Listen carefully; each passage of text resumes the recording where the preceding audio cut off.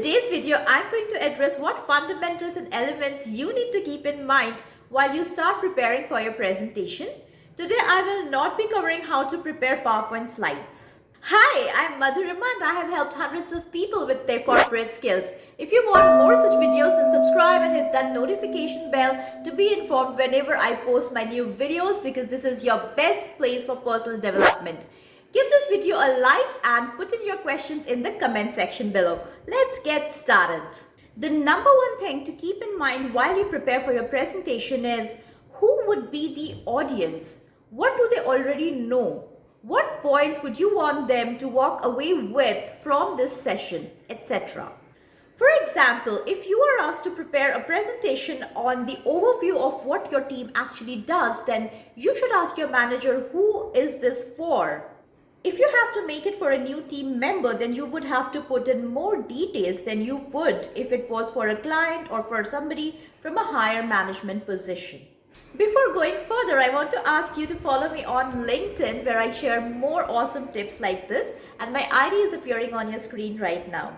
The reason why we would give more details in the presentation if it was for a new team member is because they would stay in the team and would require more specific knowledge than compared to the other two.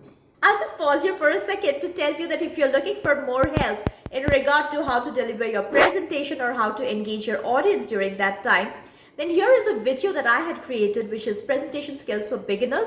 Do check it out. I will leave a link of it in the description box below. Let me give you another example. As a trainer, I had to make a lot of presentations for freshers and in-house employees.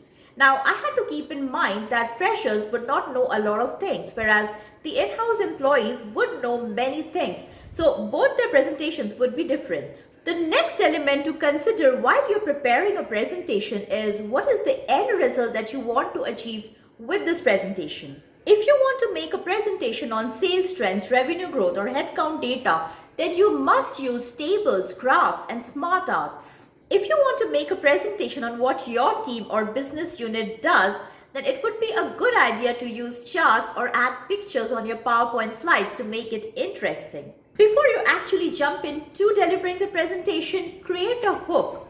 An example would be saying to the audience, what if you come to know today the 3 pain points which are stopping us from achieving our sales target? Or if you are going to talk about the reasons of customer dissatisfaction, then you can say to the audience, how will you feel if you are treated badly as a customer?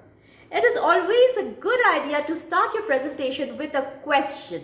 Once you're done with the hook, it's a good idea to tell the participant what is the end result going to be for this session. I usually do it in my videos. So you can say something like, by the end of this session, you will learn this, and this. The fourth thing to consider while you're preparing your presentation is what type of presentation tools you want to use. Do you want to use PowerPoint slides, whiteboard and marker, charts, games, and activities to put your point across? The main thing here is how you want to make your audience feel engaged and pay attention. I would like to suggest that in the beginning of your session, tell them that there would be a quiz at the end so that everyone pays attention. Keep these quiz questions ready so you do not have to scramble at the time of the presentation. I would also like to suggest that if it is possible, you can keep a small prize like a chocolate or a keychain, which will motivate the participants. The last thing to prepare for is what type of expectations you would like to set with your audience. Like informing them about how long this presentation is going to be, whether there would be breaks, and if there would be, what time they can take it. Raise a hand when they have a question, no cell phones, etc. You would need to do this to ensure that you do not get any surprises in the middle of your presentation. Like if you know that your presentation is going to be long, people would need breaks. Those were the top 5 elements to consider for before you make your next presentation. If you think this video will help a friend, then share it with them. If you want more such videos, then click on my picture here to subscribe. Watch this video next, and I wish you all the best for your next presentation, and I'm going to see you in my next video. Bye-bye.